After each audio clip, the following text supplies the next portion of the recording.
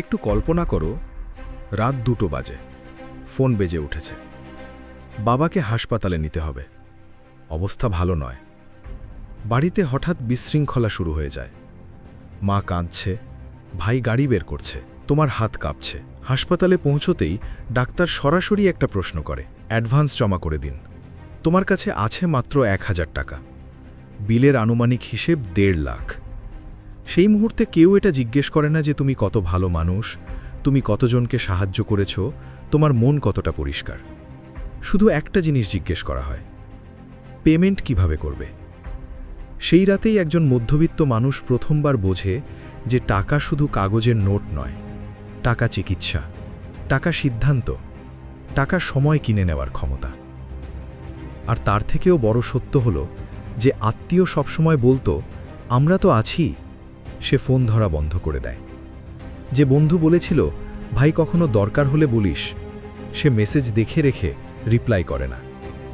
সেই রাতে দুটো জিনিস ভেঙে যায়, একটা ইলিউশন আর একটা ভরসা। ছোটবেলা থেকে আমাদের শেখানো হয় টাকা সবকিছু নয়, টাকা দিয়ে সুখ কেনা যায় না, টাকা হাতের ময়লা। এই কথাগুলো ভুল নয়, কিন্তু পুরো সত্যও নয়। কারণ সত্যটা হলো টাকা সবকিছু নয়, কিন্তু যখন জীবন তোমাকে কোনায় দাঁড় করিয়ে দেয় তখন অনেক কিছুই টাকা হয়ে যায়। আর এখান থেকেই আসল প্রশ্ন শুরু হয়, টাকা কি সত্যিই সবকিছু, নাকি আমরা শুধু এটা বলে নিজেদের সান্ত্বনা দিই যাতে সত্যের মুখোমুখি হতে না হয়। আজ আমরা ইমোশন দিয়ে নয়, বাস্তবতা দিয়ে কথা বলবো, ম্যাকিয়াভেলির সাইকোলজি দিয়ে। কারণ সে একটা কথা পরিষ্কার বলেছিল, মানুষ আদর্শ দিয়ে নয়, নিজের প্রয়োজন দিয়ে চলে। আর প্রয়োজনের দুনিয়ায় টাকা শুধু কাগজ নয়, সেটা ক্ষমতা। যদি এই শুরুটা অস্বস্তিকর লাগে তাহলে সামনে যা আসবে তা আরও সত্য, কিন্তু তিক্ত হবে। তাই ভিডিওটা শেষ পর্যন্ত দেখো। চলো শুরু করি। দেখো, ছোটবেলা থেকে আমাদের কিছু লাইন বারবার শোনানো হয়। টাকা হাতের ময়লা, টাকা দিয়ে সুখ কেনা যায় না, ভালো মানুষ হও, টাকা নিজে থেকেই চলে আসবে। এই কথাগুলো শুনতে খুব ভালো লাগে, মনে শান্তি দেয়। কিন্তু একটা জিনিস খেয়াল করো, এই কথাগুলো সাধারণত সেই মানুষগুলো বলে যাদের বাড়িতে আগে থেকেই বেসিক সিকিউরিটি থাকে, যাদের মাসের শেষে এটা ভাবতে হয় না যে গ্যাস ভরবে নাকি স্কুলের ফি দেবে। মধ্যবিত্ত পরিবারের ভেতরে নৈতিক শিক্ষা আর বেঁচে থাকার লড়াই একসাথে চলে। বাইরে আমরা বলি টাকা সবকিছু নয়, ভিতরে আমরা প্রতি মাসে হিসেব করি। ভাড়া, ইএমআই, বিদ্যুৎ, বাজার, ফি। ইমোশনালি আমরা নিজেদের শক্ত দেখাই, কিন্তু বাস্তব জীবনে প্রতিটা সিদ্ধান্ত টাকার সাথে জড়িত। চাকরি বেছে নেওয়ার সময় প্যাশন নয়, প্যাকেজ দেখা হয়। সম্পর্ক ঠিক করার সময় স্বভাব নয়, স্থিতিশীলতা দেখা হয়। শহর বদলানোর সময় স্বপ্ন নয়, বেতন তুলনা করা হয়। তবুও আমরা বলি টাকা সবকিছু নয়। আসলে এই স্টেটমেন্ট একটা ইমোশনাল শিল্ড, কারণ সত্যটা একটু অস্বস্তিকর। ম্যাকিয়াভেলি সরাসরি বলেছিল, ক্ষমতা তৈরি হয় রিসোর্স থেকে। রিসোর্স কি? সময়, তথ্য, মানুষ এবং টাকা।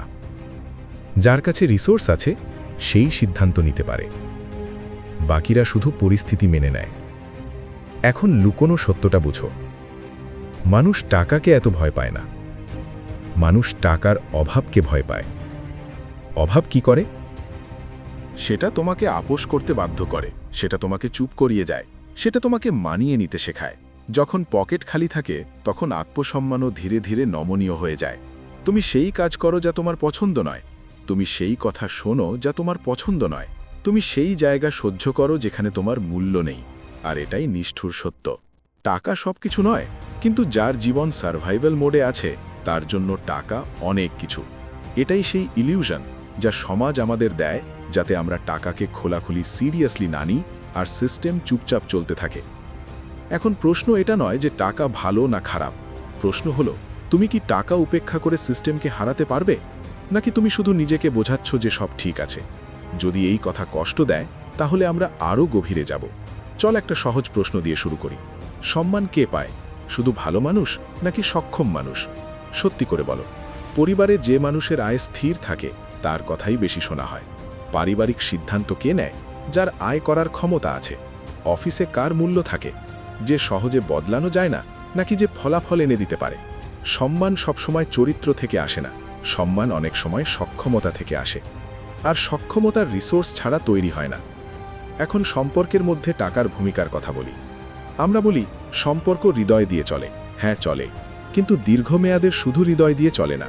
বিয়েতে ভালোবাসা গুরুত্বপূর্ণ, কিন্তু নিরাপত্তা অনেক সময় তার থেকেও বেশি গুরুত্বপূর্ণ। কোনো মেয়ে বা ছেলে খোলাখুলি বলবে না যে আমার টাকা দরকার, সে বলবে আমার স্থিতিশীল জীবন দরকার। স্থিতিশীল জীবনের মানে কি? নিয়মিত আয়, নিরাপদ ভবিষ্যৎ এবং জরুরি সময়ে সাপোর্ট। ভাবো, একজন মধ্যবিত্ত ছেলে আছে, পরিশ্রমী, সৎ, ভালো মনের, কিন্তু চাকরি অনিশ্চিত। আরেকজন ছেলে আছে যার ব্যক্তিত্ব সাধারণ কিন্তু আয় শক্তিশালী, ভবিষ্যৎ নিরাপদ মনে হয়। যখন বিয়ের সিদ্ধান্ত হয়, পরিবার কাকে বেছে নেয়? আবেগ দিয়ে সবাই বলবে ভালো মানুষ চাই, কিন্তু চূড়ান্ত সিদ্ধান্ত নেওয়া হয় স্থিতিশীলতা দেখে। কেন? কারণ জীবন প্রতিদিনের সংগ্রাম চায় না। ম্যাকিয়াভেলি একটা তিক্ত সত্য বলেছিল, মানুষ নৈতিক হয় না, মানুষ নিজের স্বার্থ অনুযায়ী আচরণ করে। যতক্ষণ তুমি উপকারী ততক্ষণ তুমি গুরুত্বপূর্ণ। যখন তুমি রিসোর্স হয়ে ওঠো, তোমার মূল্য বাড়ে। এটা নিষ্ঠুর লাগতে পারে, কিন্তু বাস্তব এবং সত্য।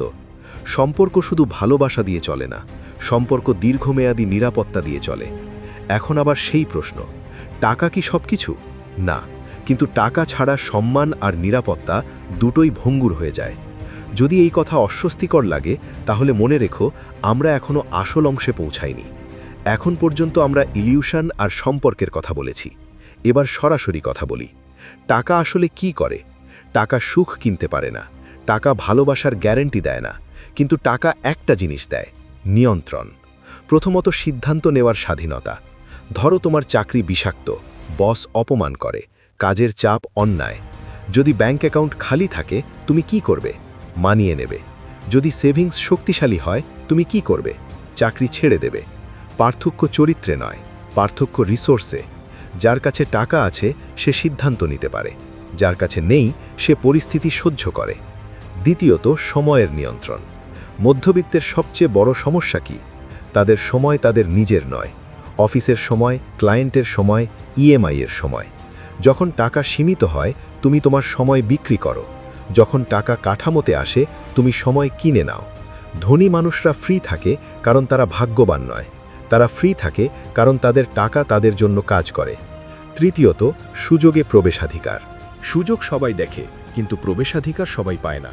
সেরা স্কুল, সেরা হাসপাতাল, সেরা শহর, সেরা নেটওয়ার্ক, এই প্রবেশাধিকার অনেক সময় টাকার মাধ্যমে খোলে। প্রতিভা গুরুত্বপূর্ণ, কিন্তু প্রবেশের দরজা অনেক সময় টাকা খুলে দেয়। এটা অন্যায় মনে হতে পারে, কিন্তু সিস্টেম এমনই। তিক্ত সত্য হলো, টাকা কোনো ইমোশন নয়, টাকা নিয়ন্ত্রণ। যখন পকেট ভরা থাকে, কণ্ঠ শক্ত হয়। যখন পকেট খালি থাকে, কণ্ঠে ভয় থাকে। এটা অহংকার নয়, এটা মনোবিজ্ঞান। ম্যাকিয়াভেলি পরিষ্কার বলেছিল, যে যার নিয়ন্ত্রণ আছে সেই শাসন করে। আর আধুনিক পৃথিবীতে নিয়ন্ত্রণ প্রায় রিসোর্স থেকে আসে। এখন সামনে আমরা কথা বলবো, মানুষ টাকার ব্যাপারে সত্য কেন বলে না, ধনী মানুষ কেন এটা খোলাখুলি স্বীকার করে না। এখন সবচেয়ে গুরুত্বপূর্ণ প্রশ্ন, ধনী মানুষ খোলাখুলি কেন বলে না যে টাকা খুব গুরুত্বপূর্ণ? তারা সব সময় বলে প্যাশন অনুসরণ করো, টাকা গুরুত্বপূর্ণ নয়, সহজ জীবনযাপন করো। কিন্তু তাদের জীবন সহজ নয়। তাদের নিরাপত্তা আছে, ব্যাকআপ আছে, বিকল্প আছে। তাহলে তারা সরাসরি কেন বলে না যে টাকা ক্ষমতা? কারণ সমাজ একটা গল্প তৈরি করেছে। যদি তুমি খোলাখুলি টাকাকে অগ্রাধিকার দাও, তাহলে তোমাকে বস্তুবাদী বলা হবে। যদি তুমি বলো আমার টাকা দরকার, তাহলে মানুষ বলবে তুমি লোভী। এখান থেকেই শুরু হয় মনি শেম সাইকোলজি। প্রথমত, সমাজের গিল্ট কন্ডিশনিং। ছোটবেলা থেকে শেখানো হয় টাকার পিছনে দৌড়িও না, সন্তুষ্ট থাকো, বেশি চাইলে দুঃখ পাবে। কিন্তু একটা মজার বিষয় লক্ষ্য করো, কেউ শেখায় না কিভাবে আর্থিকভাবে শক্তিশালী হতে হয়। নৈতিক শিক্ষা দেওয়া হয়, কিন্তু অর্থনৈতিক শিক্ষা দেওয়া হয় না। কেন? কারণ নৈতিকভাবে বিনয়ী মানুষ সিস্টেমের জন্য নিরাপদ, কৌশলী মানুষ সিস্টেমের জন্য অনিশ্চিত। দ্বিতীয়ত, বিনয়ী গল্প। ধনী মানুষরা প্রায়ই জনসমক্ষে বিনয়ী থাকে। কেন? কারণ প্রকাশ্যে ক্ষমতা দেখানো মনোযোগ আনে, আর মনোযোগ প্রতিযোগিতা আনে। ম্যাকিয়াভেলি বলেছিল, ক্ষমতাকে উচ্চস্বরে দেখিও না, ক্ষমতাকে কাঠামোর মধ্যে রাখো। তাই বুদ্ধিমান মানুষ চুপচাপ টাকা বাড়ায়, তারা দেখানো করে না, কারণ দেখানো মানুষকে লক্ষ্য বানিয়ে দেয়। তৃতীয়ত, মনি শেম সাইকোলজি। মধ্যবিত্তদের মধ্যে একটা লুকানো বিশ্বাস থাকে, যদি আমি টাকাকে অগ্রাধিকার দিই তাহলে মানুষ আমাকে ভুল বুঝবে। তাই মানুষ এক কথা বলে আর এক কাজ করে। বাইরে বলে টাকা সব কিছু নয়, ভিতরে জিজ্ঞেস করে বেতন কত। এটা দ্বৈত মানসিকতা। এখন আসল খেলা বোঝো। টাকা চিৎকার করে সম্মান আনে না, টাকা চুপচাপ সম্মান তৈরি করে। যখন তুমি আর্থিকভাবে শক্তিশালী হও, মানুষ তোমাকে হালকাভাবে নেয় না, তোমার কথা শোনা হয়। তোমাকে উপেক্ষা করা সহজ নয়, তোমাকে ঘোষণা করতে হয় না, কাঠামো নিজেই কথা বলে। অর্থাৎ ধনী মানুষ মিথ্যা বলে না কারণ তারা খারাপ, তারা অন্যভাবে কথা বলে কারণ সমাজ খোলাখুলি টাকার পূজা করা মানুষকে আক্রমণ করে।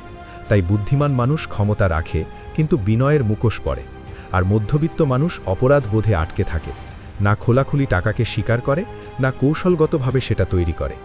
এখন শেষ পরিবর্তনের কথা বলি।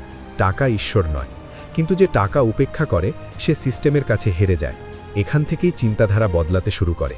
তাই প্রথমে একটা বিষয় পরিষ্কার করি, টাকা ঈশ্বর নয়। টাকা চরিত্র তৈরি করে না, টাকা মানুষকে ভালো বা খারাপ বানায় না, কিন্তু টাকা সিস্টেমে তোমার অবস্থান ঠিক করে। আর যে মানুষ সিস্টেমে নিজের অবস্থান বোঝে না, সে আবেগ দিয়ে জীবন কাটায়। আবেগের জীবন কি? সব ঠিক হয়ে যাবে, মন পরিষ্কার থাকলেই যথেষ্ট, ঈশ্বর সব দেখছে। কৌশলগত জীবন কি? যদি কাল জরুরি পরিস্থিতি আসে তাহলে ব্যাকআপ কি? যদি চাকরি চলে যায় তাহলে বাঁচার পরিকল্পনা কি? যদি সুযোগ আসে তাহলে পুঁজি কোথা থেকে আসবে? আবেগ মনকে শান্তি দেয়, কৌশল ভবিষ্যৎকে নিরাপদ করে। মধ্যবিত্তের সবচেয়ে বড় ভুল এটাই, তারা আবেগ দিয়ে বাঁচে, কৌশল পরে ভাবে। সিস্টেম কিভাবে যেতে? সিস্টেম খুব সহজ। যার কাছে রিসোর্স আছে সে নিয়মের মধ্যেও স্বাধীন, যার কাছে নেই সে নিয়মের মধ্যেও বাধা। যে ঋণ নেয় সে সিস্টেমের নিয়মে চলে, যে ঋণ দেয় সে সিস্টেম বুঝে চলে। কর্মচারী বেঁচে থাকার কথা ভাবে, মালিক কাঠামোর কথা ভাবে। এটাই পার্থক্য। অর্থাৎ টাকা উপেক্ষা করা উচ্চ চিন্তা নয়, অনেক সময় এটা ভয়। যদি আমি টাকার পিছনে দৌড়াই তাহলে মানুষ আমাকে লোভী ভাববে, যদি আমি টাকাকে অগ্রাধিকার দিই তাহলে মানুষ বিচার করবে। কিন্তু সত্য হলো সিস্টেম বিচার করে না, সিস্টেম হিসাব করে, আর যে হিসাব করে না তাকে হিসাবের মধ্যে ফেলা হয়। এখন সবচেয়ে তিক্ত সত্য, টাকা সব কিছু নয়, কিন্তু যখন সম্মান বাস্তব হয়, যখন জরুরি অবস্থায় সিদ্ধান্ত নিতে হয়, যখন বিকল্প সীমিত থাকে, তখন টাকা অনেক কিছু হয়ে যায়। তাই এই ভিডিওর অর্থ এটা নয় যে শুধু টাকা নিয়েই জীবন। অর্থ হলো যদি তুমি টাকাকে আবেগের বিষয় বানিয়ে এড়িয়ে যাও তাহলে তুমি কোনো কৌশল তৈরি করতে পারবে না, আর কৌশল ছাড়া সিস্টেম ধীরে ধীরে তোমাকে নিয়ন্ত্রণ করবে। তাই যদি এই ভিডিও তোমাকে অস্বস্তিকর করে থাকে তাহলে হয়তো সেটাই এর উদ্দেশ্য ছিল। আর যদি তুমি এমন বাস্তব মনি সাইকোলজি আর পাওয়ার স্ট্রাকচারের ভিডিও চাও তাহলে চ্যানেলটা সাবস্ক্রাইব করো। আবার দেখা হবে আরেকটা শক্তিশালী ভিডিওতে।